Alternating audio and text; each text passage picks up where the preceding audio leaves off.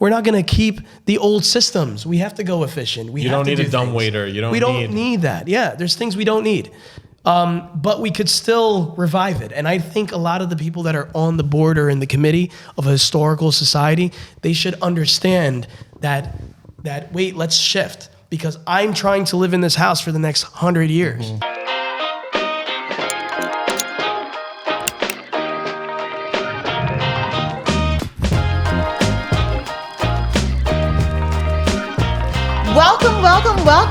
Welcome to The Remix, the video podcast that keeps you in the mix of everything real estate.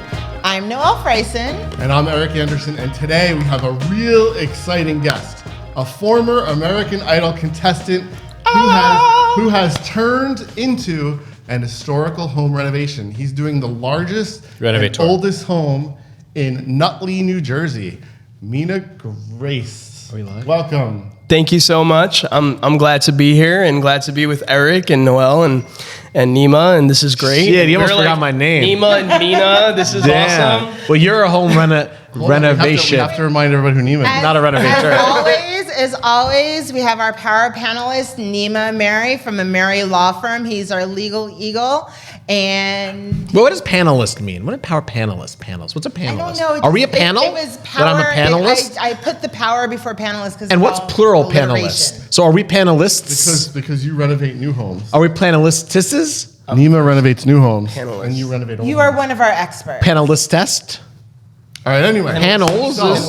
I had the pleasure of touring this property a couple of weeks ago. So before I tell you, or ask any questions, why don't you tell us about your property? So it's 1885 it was built? The property was built in 1885, and it's a shingle-style Victorian. There are only about 3 shingle-style Victorians in the Northeast. Wow. And they were built during the 19th century. It's a twist on the Queen Anne Victorian, but it's supposed to be more earthy, more asymmetrical. And there are, it's wood shingle, from the outside so that it blends in with the woods and the earth, and so it's not as colorful as the Queen Anne style Victorian. But all right, let's talk about what happened in 1885, right? As your local historian panelist, 1885, Grover Cleveland became the 22nd president. And I'm not going to read the vice president because nobody ever really cares. Rocking Springs Massacre happens. Niagara Falls is turned into an official park. Charles Dow publishes the first edition of the Dow Jones Industrial Average. Wow. Mark Twain publishes The Adventures of the Huckleberry Finn. The Washington Monument is dedicated. What else? The American Telephone and Telegraph Company, AT&T, is incorporated in New York. Wow. They're that old. The Great Depression ends. And that's when your house was built. That's when the house was built. Yes. The Statue of Liberty arrives in New York. Yay! Yes. It was a happy moment, and the architects wanted to glorify that moment. And it's more so for an affluent, it was a rarity to build a shingle style Victorian. It's almost like you're trying to build. Do you feel bad knocking it down and putting in modern doors and collapsible steel? I did not. Putting in the parking lot, what? He did not knock it down. I did not knock it down. Our viewers want to know. I mean, do you have a soul? How do you not? Oh, God. Well, from what I heard, the town was very involved in there's a process. giving him permission to buy this house. Yes, there's a process that, Was there as a contractor, committee? Yes, there is a historic committee. And it took about 8 months to get approved. Are they just super annoying? Are they people who are just dude, can you please leave us alone? I would say some historical committees are more seasoned than others. In Glen Ridge, in Montclair, they have a lot more homes that are historical. Right. In Nutley, there's probably just a handful. Of really boring residents who have been there for 80 years and they just have nothing better to do, so they create a historic committee, compliment to the mayor, and they just nag at you for everything. Well, this house is a special house. From what I understand, the town used to have a lot of events there. Give us some history. Yes. The town, so the person who lived in the home, her name was Ruth Bedford, and she was an assistant to W.T. Grant. And I'm not sure exactly what he did. W.T. Grant, the department store guy? Yeah. Wow, okay. Yes. And her husband was a Superior Court judge. She had no kids, and she was a philanthropist, and she was a socialite in town. So she always, was giving to the town. The town had events there. They had something called the Lollipop event. They had events where, they brought fire and police and campaigns. A lot of large campaigns happened there, and she was really involved in the community. And I think what happened was she had no kids, and she willed a house, or she gave the house to the fraternity that her husband was a part of, and I had to deal with that transaction. You had to deal with actually the fraternity? Yes, the fraternity. This is a one owner. So she was one family lived in this house. Yeah, she was Low 100. mileage, new tires. Yeah. She was 102 Clean years car old, facts. and this Wow. house was and this home was her aunt's. Wow. Yeah. So, and the Kennedys, I think John F. Kennedy's daughter lived behind that house, and it was another house on Satterway. But there was some Swedish, I think, designer who built the house. So the house was annexed, and it was added on to over the years. So there's How big parts was to it? it. How many bedrooms? Like, does it have does it have a lot of land around it? Give me an idea. It's beautiful. If you know Nutley and you know that area, Lyndhurst, Bergen County, it's very congested in those areas. So houses are very close to each other. This is the only lot that's about an acre-ish, and it's about 200 by 200 feet. So it has a lot of land. Nice. And you can't subdivide on it because there's a deed restriction on it. She deemed it historical herself. So to that, to answer your question with the historical committee, it didn't have to be, I didn't have to go through the historical committee to do this if she didn't deem it historical. Now, what made you want to buy it? I was walking around, there was a wraparound porch, and I was in that wraparound porch, and then I walked to the other side. There's this huge side yard with beautiful azaleas that are about 100 years old. Gorgeous. I just saw a vision, and I didn't see myself in this urban town. I saw myself in land and this gorgeous home, and I said I could do something here. This is beautiful. I could live here, and I could still walk to ShopRite. I could still walk to Starbucks. So you're going to live in this. It's not a flip. This is me. This is you. But let's give our viewers a little bit of background about why you are so qualified to renovate this home, and why. No, he watched YouTube videos. No, he was a singer. He is a singer. So just so y'all know, he was on American Idol. And Correct. He Top 50 in the United States of America in beatboxing. He was inspired on American Idol by some of the judges to go become a historical renovator, correct? I was shot down. So. But tell us about your work with. How'd you get from American Idol to construction? Well, I've always loved to sing, and all my friends know that. I've performed in so many places, and I've opened up for major artists like who? Like Ludacris and Lupe Fiasco, and we have a really amazing band. Our band was called Attic before, ATTIC, because we started up in the attic. And then, I know it's corny. Very unique. Yeah, what do you think? Yeah. Was that in an attic of a historic home? No, it was an attic of our dormitory. Okay. Yeah. And then after that, we started playing everywhere, and we just loved music, and that was my passion. And I didn't know where I wanted to go until I, purchased my first home after senior year of college. And I decided to redo the basement because I had student housing at the time. So I started off with off-campus students because that's all I knew in real estate. And, that's how I just... So you started renovating your first home, and that's what gave you the renovation bug. Yes. Dude, you got music videos. Huh? You got music videos. I got some music videos. So I got into... I got into construction by just doing it for my own property that I purchased when I was about 22. And I just redid the basement with my best friend. This is you? And how did you? I got to hear this. There's no song. Before we have to pay So a royalty. just to be clear, we never really marketed our music. We were great live. We killed it, When you finish your house, can you do like? I would love to go get back into the music. Is that you? I don't know if that's me. We'll get to my music videos later. singing 9 minutes. In your house, and then didn't you? What was your degree in? What did you specialize in when you went in college? When I went to college, I started in bio, and I was like, oh, let me, I wanted to be a physician, and it's like, the family, they're all in medicine, so I said, this is what I have to do, but I didn't know what I'd be here. I didn't know I'd be in real estate, in construction. I had no idea. Just kind of felt, And now, so you got into construction. What do you do now? No one, we know, but they don't know. So when I purchased the home, I realized that I wanted to be in business somehow. I didn't know what I wanted to do. So I got my MBA in real estate, in marketing and finance, and I focused on real estate development. That really intrigued me.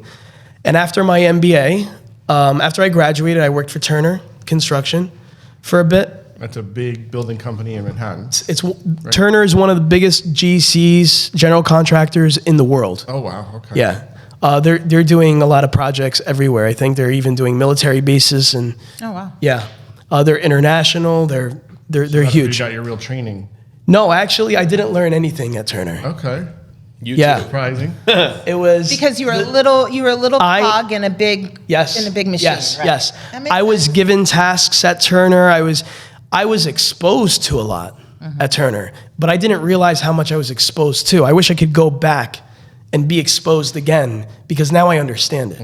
But when I was there, I didn't understand it. I didn't understand anything. I was just doing. So we're gonna slip your resume back in, do a little espionage. So then you opened up your own company. I opened up my own company. I was given a big job. It was a great opportunity. There was a block that was fire damaged in Bayonne, and someone came up to me and they said, "Hey, do you want this job? All the homes are fire damaged. Do you want to rebuild them?" And I said, "I've never built a home ever." And they said, "Well, you got to start somewhere. So make an LLC, the whole thing." So I started making the company name and building it. And then they said, "Well, you need a W-9 for the bank, and the bank needs the 1099, and the bank needs the workers' comp, and the bank needs the general liability insurance." I was like, "What's that?" So I just kept digging through all this stuff. This is my first time. It took me about 5 months to get everything together with the paperwork. They were probably like, "Who is this guy?" Like, who was your hookup there that like? It was a good hookup. Yeah. He was an adjuster for the company. Yeah. So open an LLC. Like he believed in me, and he said, "Let's just do it." So did that I made so many mistakes on that. Yeah. I think I could have made at least $500,000 on just that build, and I probably lost like $50,000. It's like going to college. It's like going to college. Yeah. And it was stressful. Okay. It was hell. But now you're doing this massive house. Yeah. Which is not stressful at all for you, right? It's a little stressful, but it's challenging. It's the most challenging project that I've ever.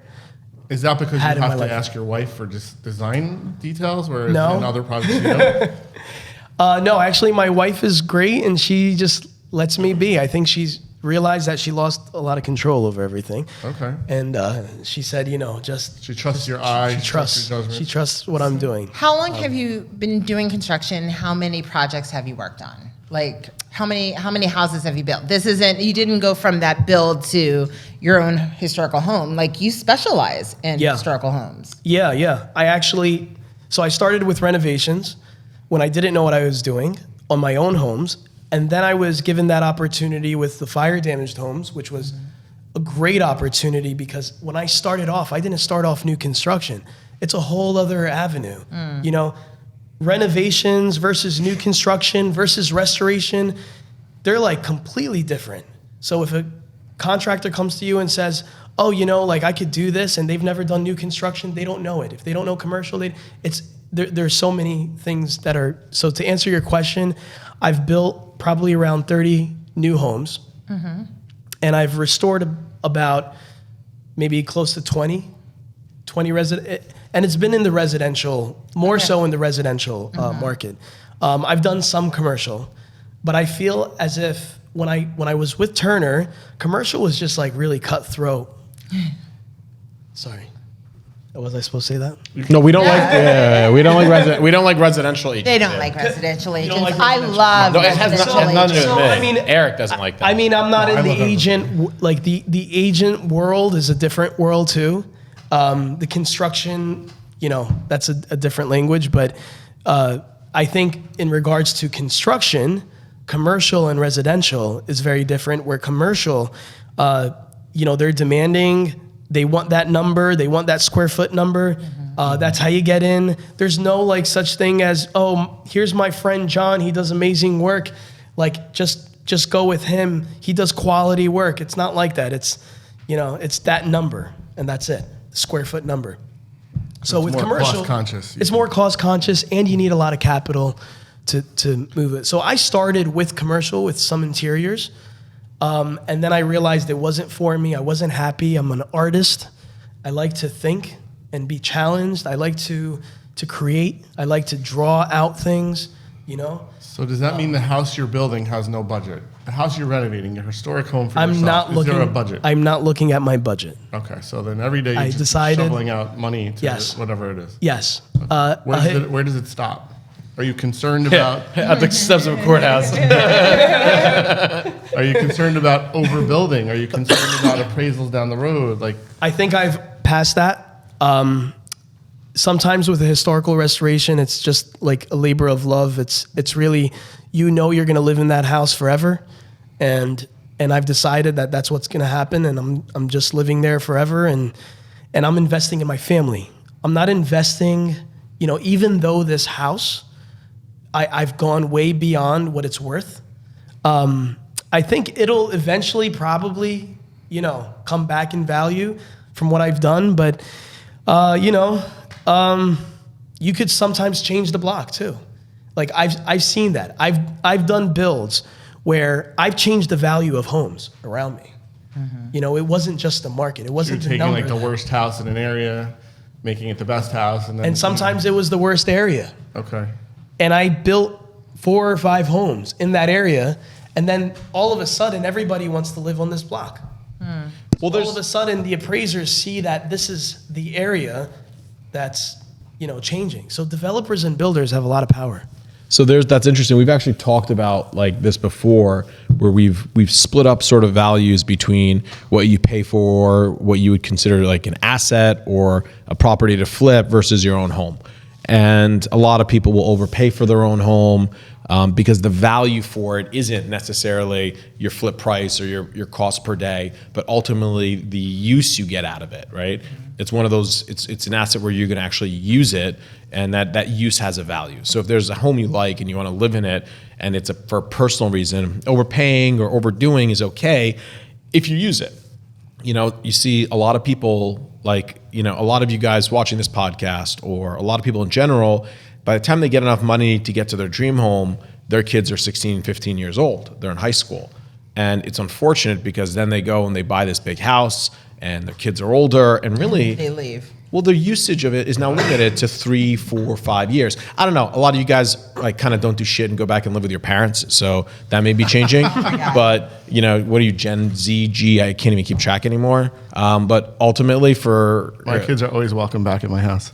mine too. And you know what, Great, guys? yeah. Honestly, the way things are going, most of our kids will probably end up back at our house anyway. But the point Especially is, now that we bought the big house. So usually, as you said it, the point is, like, it's okay overspending because you're going to get use out of it. Like, if you build a pool that's insanely overpriced, but your kids are 5 years old, they're going to use that pool for 15 years. Right. So you're going to get your usage out of it, and that has a value in I and think of that itself. has a big value. You know? I think I've walked into so many homes that contractors just whipped up together, put lipstick on a pig, just to You've seen get my it flips? sold. I have not done those flips, but No, I said you've seen my flips. in his flip, I have not seen your flips. Oh, sorry. Just they're on, You were describing Kids with it. lipstick all over the place. Got it. they're on HG. Dude, lipstick is too expensive now. I just slapped the pig in the ass and let her run. Or him, or it. Well, yeah. I mean, everyone has their method, right? But my method is when I flip a home, I imagine that it's my house. and I want to live here. And Don't do that, people. And every time I do that, there's like a strategy to it. Every time I do that, I get the highest bid in the door. So it works for me. I mean, to some extent. Now, obviously, Well, it's because you're buying right. I'm a builder as well. So I'm not the middleman. I'm not the investor who's hiring a contractor who's dealing with that, with the communication issues.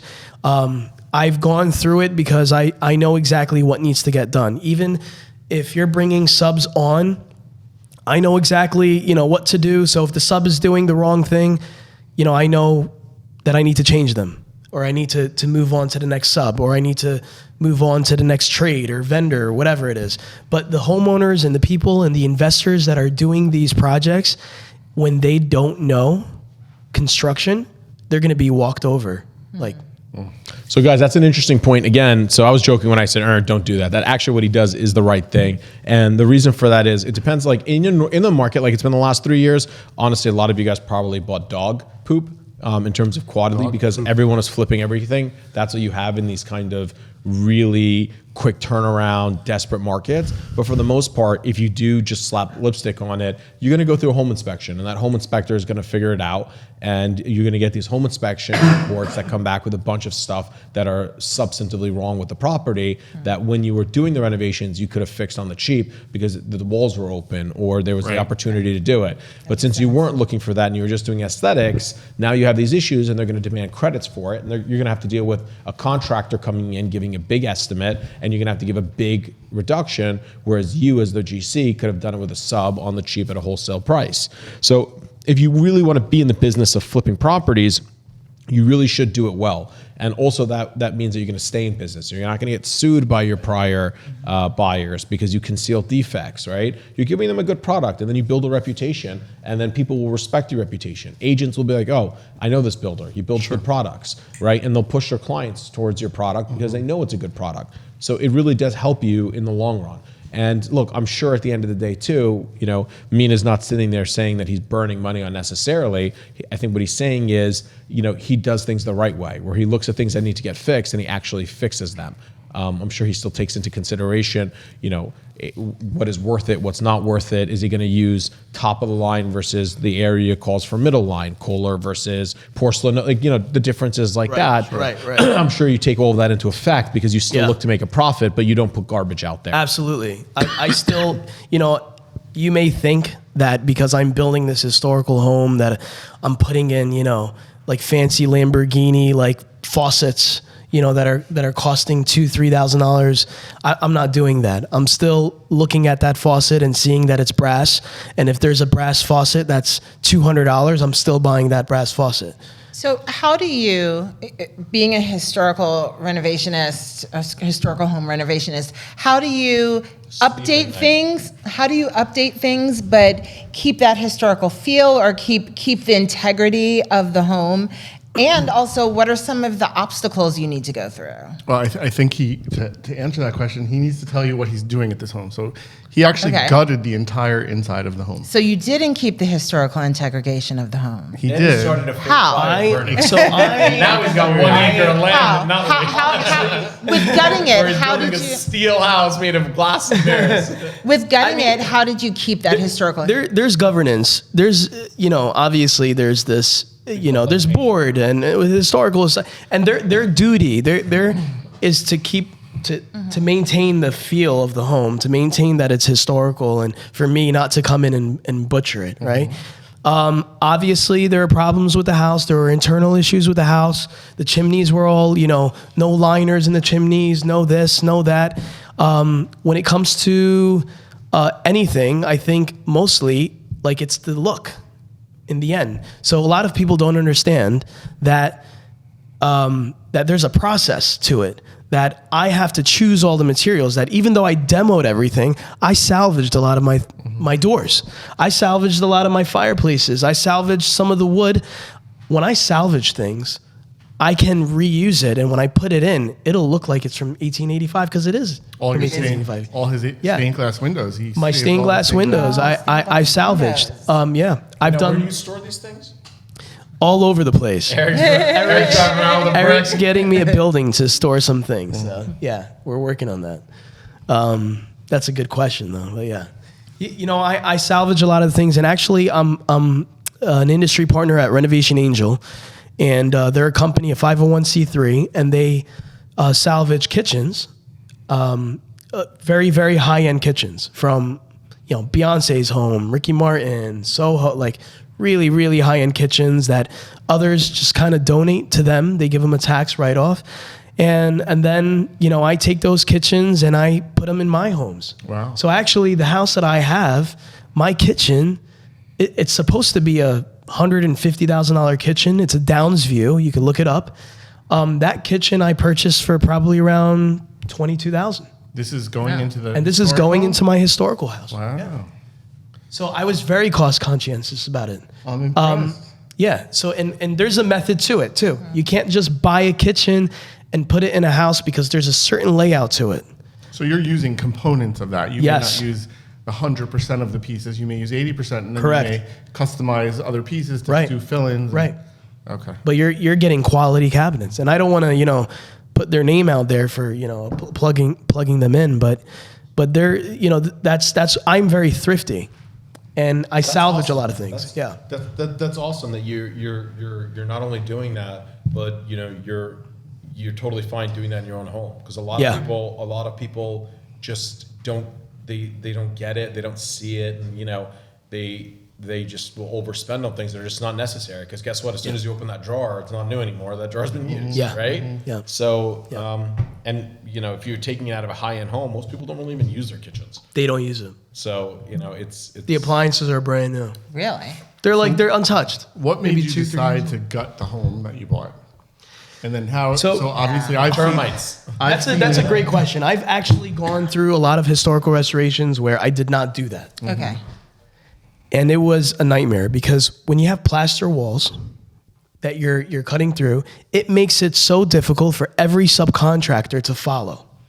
The electrician is trying to, you know, look at all the wires and see what's going on, and all he's doing is he's just putting in new wiring, because if he starts patching into the old wiring or the knob and tube wiring, then you're screwed. You can't. You can't. So all the mechanicals, we're here at the 21st century. We're the 21st century. 22nd, 22nd century. 22nd? 23rd. No, I'm just Whatever. We're We're the 21st century. Whatever we're in. Yeah, we're in the 21st century. You know, we have new things. So when they built the shingle style Victorian, they built it to that modern spec. It's not like, and I think that's what the historical committees have to understand. We're not going to keep the old systems. We have to go efficient. You don't need a dumbwaiter. We don't need that. Yeah, there's things we don't need. But we could still revive it. And I think a lot of the people that are on the board or in the committee of a historical society, they should understand that wait, let's shift. Because I'm trying to live in this house for the next 100 years. It's not a museum. Like they want you Right. to pay and open a museum and then No. have the wires catch on fire and kill everybody. Right. The reality is It has technology to- has changed. So It has to be Right. safe. it's the outside. If the outside looks historic and upgrading the inside doesn't change it, because it's not a museum. And guess what? The technology in 1885 is not even remotely practically No. usable No. in today's society. So do you hear that, you historical district? All right, go Hit- play with your cats. the outside of this home, even now that when it's not finished, it looks like 1885. because we've used cedar, shingles for the outside. We've used cedar wood for the exterior siding. We You have an elevator in the house? I do have an elevator in the house. And guys, that's How'd you really, know? Because in 1885, elevators were very, very, very but prominent. he has an elevator that he just put in. There was no original elevator. Of course there was. No, there Was wasn't. there an original elevator? Of course. No. I actually don't, but I don't think so. I don't. Guys, think are we there all is. kidding me? There was no such thing as an elevator in 1885 in a residential house. There were dumbwaiters. there could have been. It was probably a dumbwaiter, but No, they had I elevators. literally just told you like electricity was basically getting invented. They're pull elevators. They have horses I said that pulleys pull the. with ropes. yeah. There may have been a dumbwaiter, but there was probably no elevator in the house. But there is, But but did there you- is you now. added one. There is a new elevator in the house. Okay. And I Why? mean, I'm not gonna restore it so that it's modern from the inside.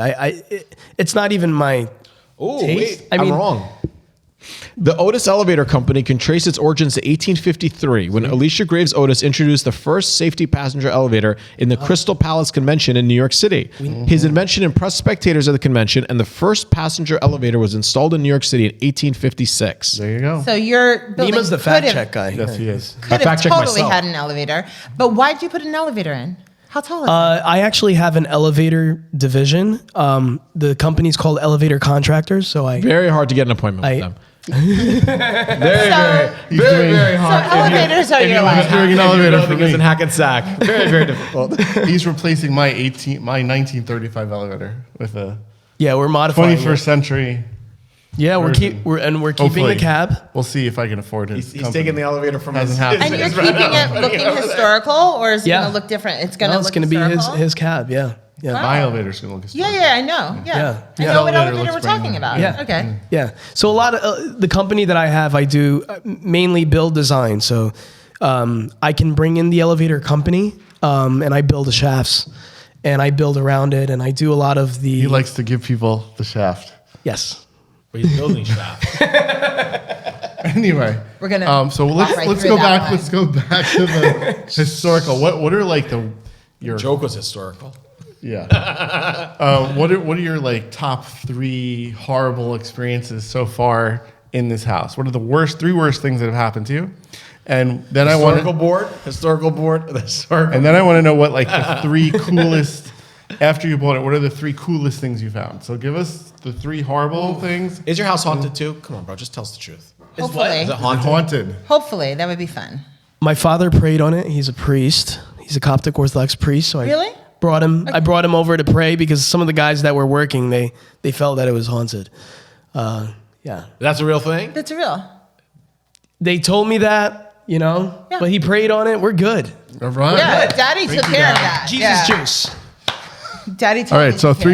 3 worst things. 3 worst things. Waiting, number 1. I didn't expect it. I should have because I'm a contractor.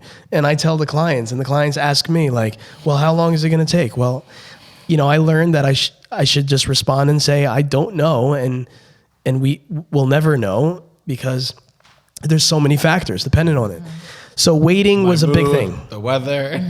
waiting, historical committee, waiting on approvals. By the historical committee. Yeah, I mean, they said that the landscape itself was historical, and that's something that I was fighting. So he when has like 100-year-old rhododendrons in front of his house. Was it designed by some famous architect? I don't think so. That's some bullshit. Yeah.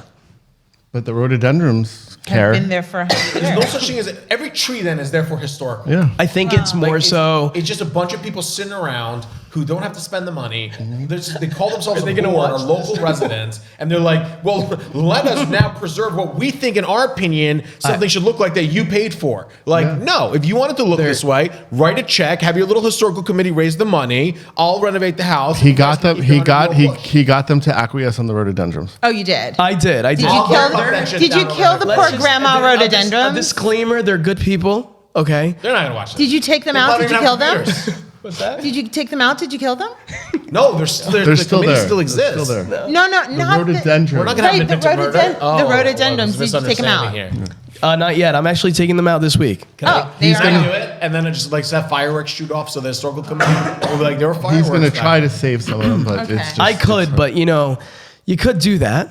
However, I would like to historical finish my home, I chopped them and all there off. is a designation, and it's historically designated. So the governance power is always supersedes your, Of course. So it's. And I it's heard if you difficult. burn rhododendrons, they may be poisonous. Did he also have a wooden cedar house? I don't think we should be making fire and shooting I fireworks wouldn't wanna make next to his fire. 1885 dry wood All right, cedar. so Did you keep the wraparound porch? I did keep the wraparound porch. One of my other challenges were, neighbors.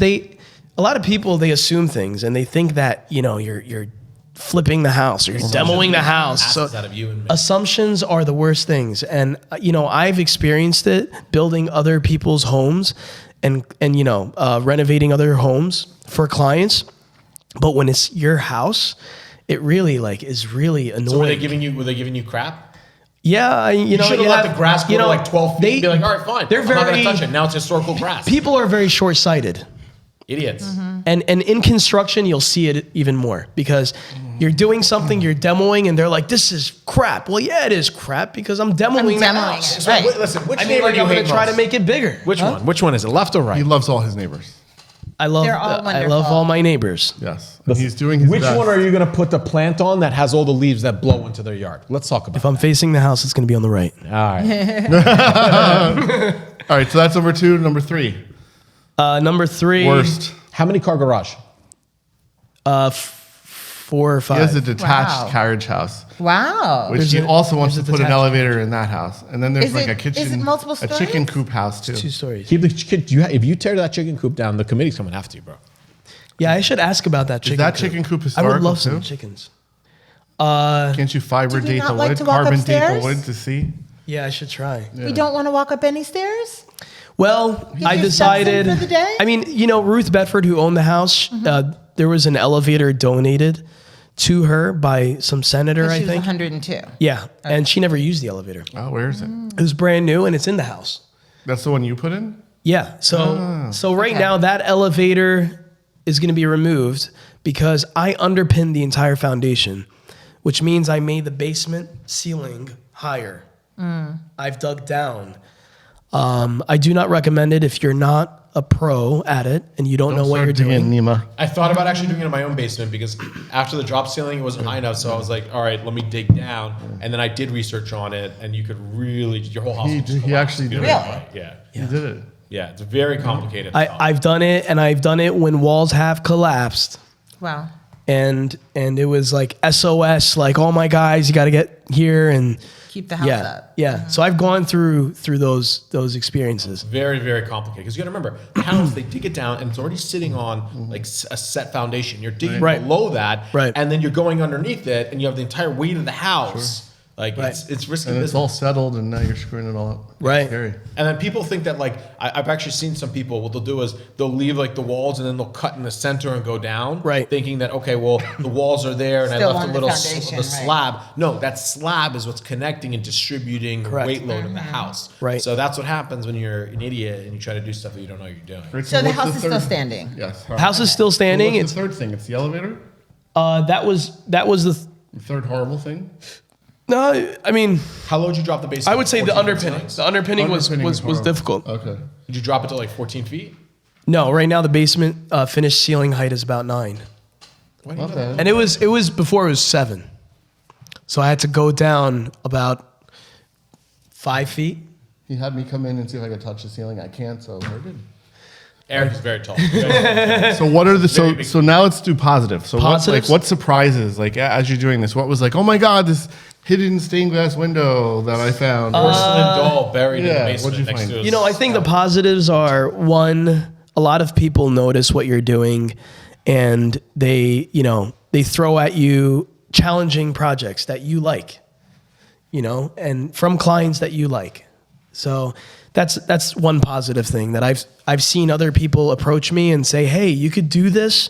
This is cool. Can you do it here for me?" And I like that client and I wanted to have this lasting relationship with them. The second thing is it's a piece of art.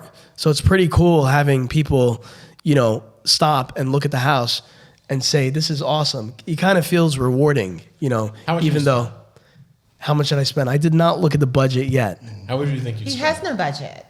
How much do you think you've spent on it? $1 million? I think I probably spent around 1.2 in construction without the acquisition.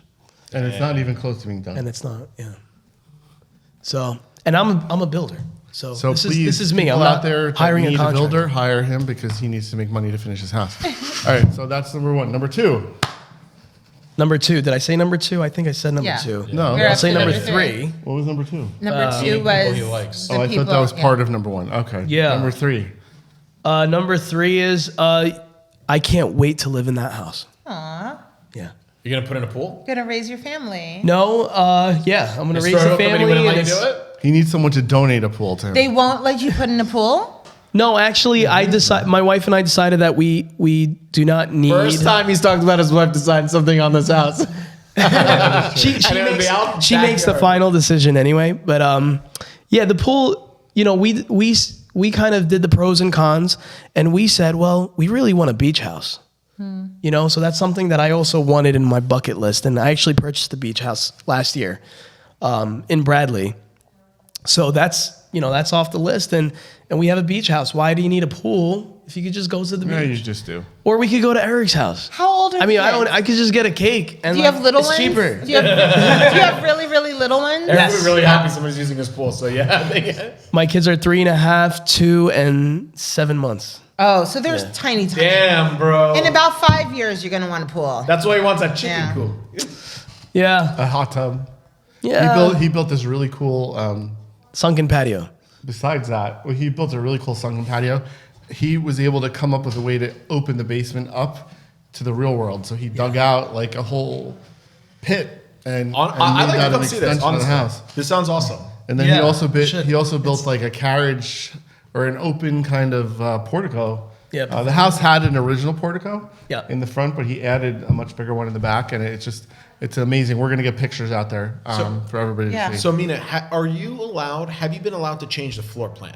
Because these older homes had a very tight floor plan, and guys, the reason for that is there was no central heating systems. So Yeah. you would really have to independently heat rooms, and that's why you don't see open floor plans in older homes, because they had to design it from a practical standpoint of heat distribution. Interesting. Yep. So how do you see, how have you been Very- able to adjust your floor plan layout to really modern?